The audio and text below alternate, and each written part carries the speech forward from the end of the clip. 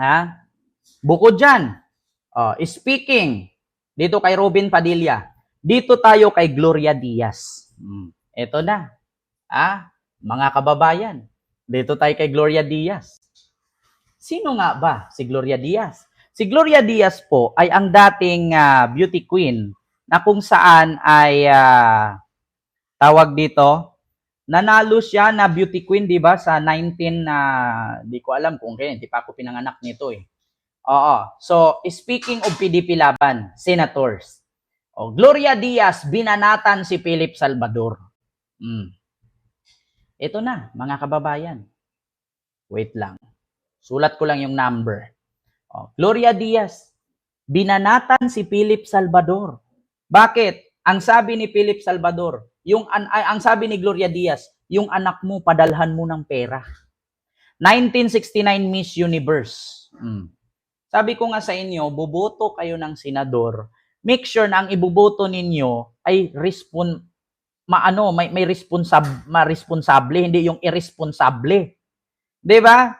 Buboto ka ng senador para sa ikakaunlad ng bayan o ng bansa. Pero eto nga, Gloria Diaz. Ito mga kababayan. GMA News yan ha. Post ng GMA News. Sabi ni Gloria Diaz goes viral for pera remark on Philip Salvador video. Sabi niya dito, yung anak mo, padalhan mo ng pera. Gloria Diaz has gone viral for her comment on a video that contains former action star and Senate aspirant Philip Salvador. Yung anak mo, padalhan mo ng pera. Diaz commented in the video that had Salvador show support for the embattled former President Rodrigo Duterte who is now detained at The Hague. Diba? Gusto nyo magsenador. Pero yung anak nyo nga, hindi nyo sinustintuan. Miss Universe 1969, Gloria Diaz. 1969, hindi pa ako pinapanganak niyan. Diba? Hindi, lagyan mo ng asukal at ketchup. Meron na, diba?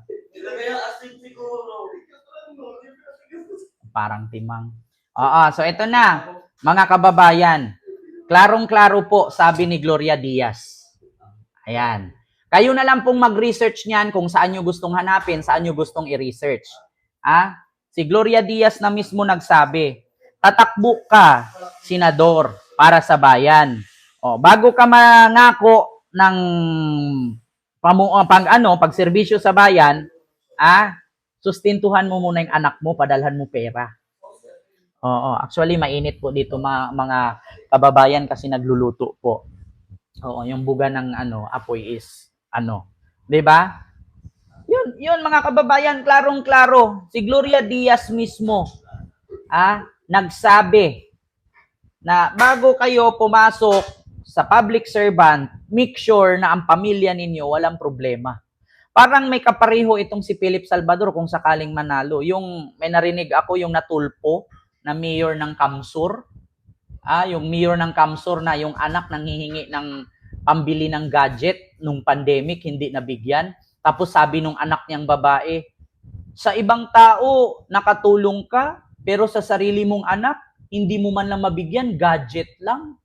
'Di ba? Kasi 'di ba nung pandemic, home ang tawag doon? Yung home study, yung online. Kasi bawal pumasok nun sa school eh. 'Di ba? Parang si ba 'yon? Ninyo, kalimutan ko eh. Anak siya sa labas ng ayaw sabihin na anak. Tapos kinasuhan pa yung nanay ng bata ng cyber libel. 'Di ba? Yung mayor ng Kamsur na nagpatulpo. Napanood ko 'yun sa Rappi Tulpo, napaiyak ako noon kahit yung abogado ni Tulpo, yung lalaki, nagbigay ng 3,000. Sabi niya, mag-aral ka, mag-abogado ka. Kasi nakaka-inspire ka. Biruin, at private pa nag-aral yun ha. Ang hanap buhay nung nanay nung bata, nagtitinda lang sa palengke, may pwesto siguro. Kaya, mahirap yung ganito eh. Ibubuto mo para serbisyuhan kayo, pero yung sariling pamilya, hindi naman nasiserbisyuhan. So, paano ka maniniwala? Sabi ni Nabal Girl, di nga yan nanalo sa Bulacan. Taga Bulacan pala to. Basta ito ha, mga kababayan, Gloria Diaz yan, hindi fake news yan, GMA News yan ha. Oo. Habang nag-ano si Philip Salvador doon sa pagsuporta kay Digong nung inaresto nga, ha? Wag na, lagyan mo. Totoo naman, ipaibabaw mo lang. 'Di ba? Yung alyansa para lang otso diretso, sabi ni Eugene Inot. Bahala naman kayo. Actually, hindi po porket grupo ni BBM yan, no, mga kababayan, ay ibuboto namin. Hindi porket ini-endorso ni BBM yan, yung alyansa niya na 11 o 12 kasenador. Actually, 11 pa rin naman kasi sinabi naman ni Camille Villar mananatili pa rin siya sa alyansa ni BBM. Si Amy wala na talaga. Oo.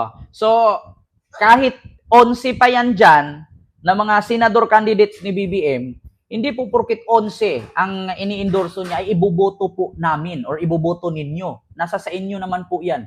At actually, mga kababayan, na ako, bilang butante, sa hilera na 11, ka inendorso ni BBM, 3-2 lang boboto ko dyan. Mas mamili na lang ako ng mga senador na tumatakbong senador na independent. Isa na diyan si Busita. Yeah, yung kasama ni Rodriguez, si Kernel Busita ba 'yon? Yung rider, na party list. Si Abalos, si Erwin Tulfo. Basta 3, tapos Kiko at Bam Aquino, 5 na. Si Busita, Abalos, Erwin Tulfo, Kiko, at saka si Bam Aquino. Si Abalos, taga Mandaluyong. Yung sumasali sa Batang Quiapo. Si Binhor Abalos, yung dating DILG secretary ni BBM. 5 lang. Wala akong pakialam dyan sa iba. Ako, mas piliin ko pa yung mga independent. Meron pa ngang isa kung gusto kong dagdagan. Yung sundalo, yung dating sundalo. Di ba? Tapos isa pa sa idagdag ko dyan, si Heidi. Diba? Si Heidi, anong apelido ni Heidi? Yung dating komisyoner. Kasi kaya nga, hindi ayaw na mga ibang politician itong si Heidi Mendoza. Bakit? Maraming politisyang kawatan ang mabubulilyaso.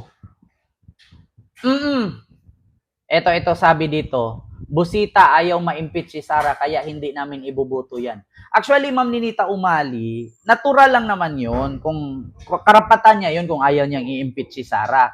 Ang gawa kasi, gawa ang basihan ninyo. Hindi yung puro talak. Alam niyo, kinakatakutan itong si Heidi Mendoza. Kasi walang politisyang kawatan yan. Sabi ko sa inyo, dating kuwa yan. Alam niya. Si Luke Espiritu, mas gusto ko pang ang iboto kaysa sa PDP Laban. Wala akong nagustuhan dyan. Mas gusto ko pa si Luke Espiritu. Bakit? Matapang. May paninindigan.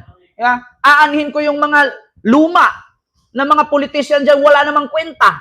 Yung iba dyan, nag-iikot kasi meron daw malasakit. Hindi naman nila pera yan. Pera ng taong bayan yan.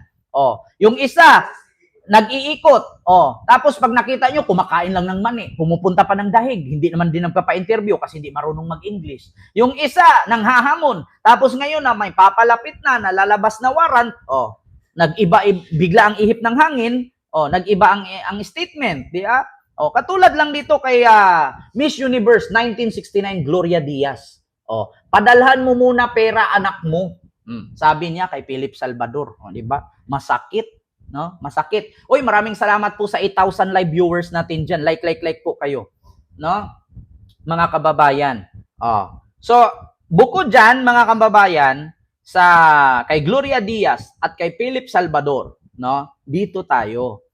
Di ba kanina, mga kababayan, merong nilabas si Pebbles Cunanan na bahay sa McKinley. Binenta ng 178 million. Alam nyo ba, kanina habang nag-i-scroll ako sa YouTube, na bahay